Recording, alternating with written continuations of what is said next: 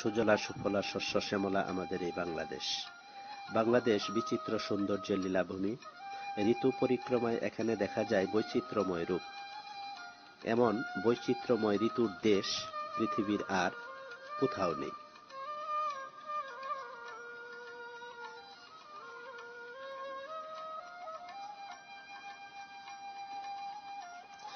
গ্রীষ্মের রুক্ষ প্রকৃতি, বর্ষার জলসিক্ত জীবন, শরতের কাশফুল, হেমন্তের নবান্নের উৎসব, শীতের কুয়াশামাখা সকাল।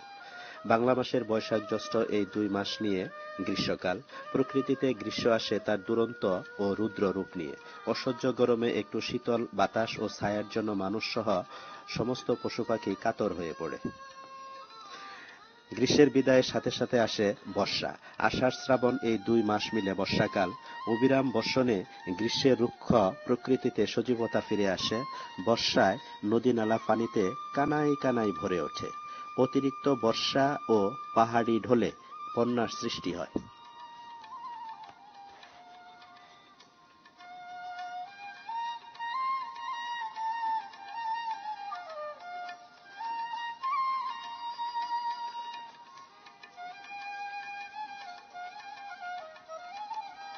নীল আকাশে তুলোর মতো ভেসে বেড়ায় শুভ্র মেঘ। নদীর দুতীর উজ্জ্বল হয়ে ওঠে সাদা কাশফুলের সমারোহে। শিউলি, কামিনী প্রভৃতি ফুলের সৌরভে মেতে ওঠে শরতের প্রকৃতি।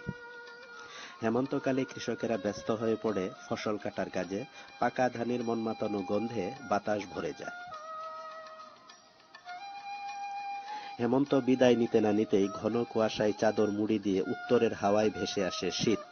বাংলা মাসের পৌষ ও মাঘ এই 2 মাস মিলে শীতকাল। শীত আসে হিমশীতল বাতাস আর কুয়াশা নিয়ে। বছরের সর্বাপেক্ষা শীতল ঋতু এই শীতকাল।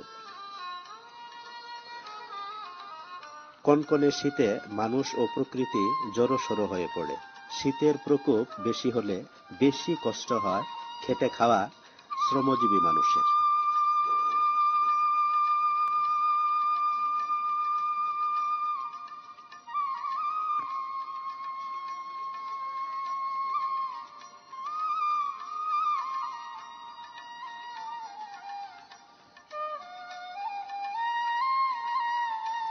শীতের সকালে গাছিরা খেজুরের রস সংগ্রহে ব্যস্ত হয়ে পড়ে।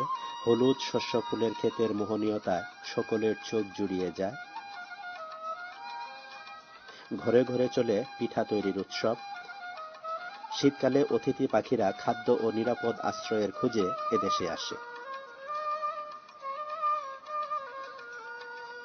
শীতে প্রকৃতিকে সাজিয়ে তুলতে ফোটে গোলাপ, সূর্যমুখী, ডালিয়া, গাঁদা, জুঁই, চামেলি, বেলি সহ প্রভৃতি ফুল। শীতকালের পর আসে ঋতুরাজ বসন্ত। প্রকৃতি সাজে এক অপরূপ সৌন্দর্যে।